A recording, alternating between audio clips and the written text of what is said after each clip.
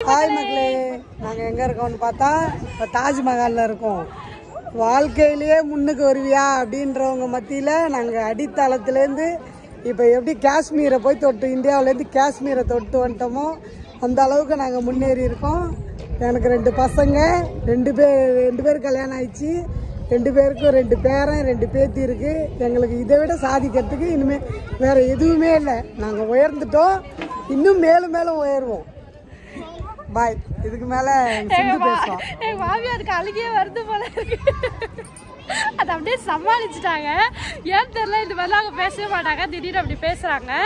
ஏன்னா உண்மையாகவே அந்த அளவுக்கு கஷ்டப்பட்டு தான் நாங்கள் வந்திருக்கோம்.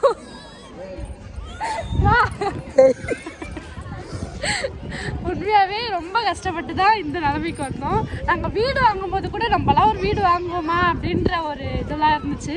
ஆனால் எனக்கு சொந்த வீடு, கார் இருக்கு, 2 ஆட்டோ இருக்கு, நாங்கள் நினச்சே பார்க்கல. எங்களுக்கு எல்லாமே இருக்கு. இனிமே தேவைப்படுது இது அப்படின்றதுக்கு எதுவுமே இல்லை. எல்லா பாக்கியத்தோட நாங்கள் நல்லபடியாக இருக்கிறோம். நாங்கள் நல்லவே நினைக்கிறோம். அதனாலதான் இதுக்கும் நம்மளுக்கு இதுக்கு மேலே ஒன்றும் வேணாம், இதுக்கு மேலே நம்ம சந்தோஷமா இருந்தால் மட்டுமே போதும் அப்படின்னு சொல்லிட்டு நாங்கள் சம்பாதிச்சு வெறும் இந்த மாதிரி 4 இடத்துக்கு போய் இந்த மாதிரி மெமரிஸை சேர்த்துக்கலாம் அப்படின்னு சொல்லிட்டு இந்த மாதிரி நிறைய ஊருக்குலாம் வந்து சுற்றி பார்க்குறோம். நிறைய பேர் வந்து என்கிட்டயே கேட்டீங்க, நீங்கள் எப்படி வந்து இந்த மாதிரிலாம் சுற்றி பார்க்குறீங்க அப்படின்னு சொல்லிட்டு.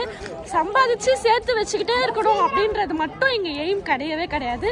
நிறைய ஊருக்கு போகணும், எல்லா மெமரிஸும் சேர்த்துக்கணும், எப்பவுமே இந்த மாதிரி ஒத்துமையா ஒன்னாவே இருக்கணும். இன்னும் அடுத்த வருஷம் வேற பிளான் போட்டிருக்கோம். அதுவும் கண்டிப்பா நடக்கும். ஓகே மக்களே, நம்ம சேனலை சப்ஸ்கிரைப் பண்ணிக்கோங்க. நெக்ஸ்ட் வீடியோல வரேன். பாய்.